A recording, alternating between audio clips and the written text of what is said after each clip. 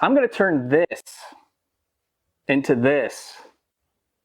So don't get too spooked. I'm going to show you how I did it. Hey everybody, my name is Dave Laterio, and I'm going to show you how you can get creative and scrappy with the things around your house to make some cool photos. It doesn't have to be scary and intimidating, although what we're going to do is going to be pretty spooky. So let's go around the house and see what we can create. Oh, how about Dillinger? Hey buddy.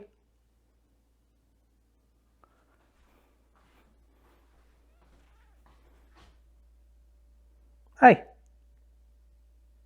You're on YouTube. Anyway.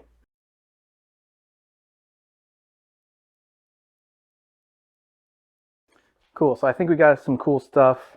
We don't want to overload it, but being Halloween, I think there's a pretty cool shot. You just got to put it together.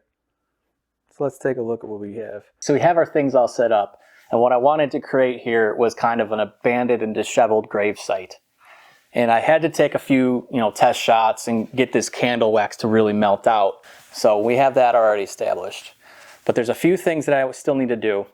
I need to light the front of this and balance out the color temperature with the candles. So what I'm going to do for both is use a flashlight here and introduce it to the side with an orange gel, and that's going to project a harsh shadow onto the tombstone and again warm up the foreground. And what I want to do with this shot, I think, is try a long exposure with a remote shutter. You might even be able to use your phone if you have a long exposure mode and a self timer, but you really need to stabilize the phone. During this long exposure, there's a few things that I want to do.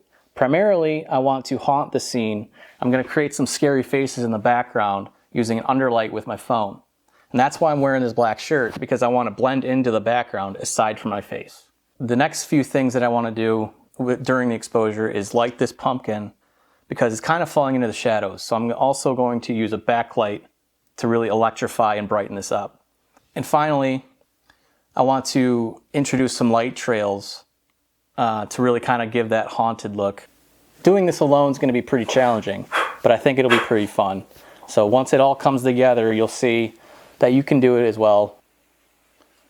Once the exposure is done, that's when the photo really rises from the grave. Everything should come together pretty nicely and create a unique and fun, spooky photo.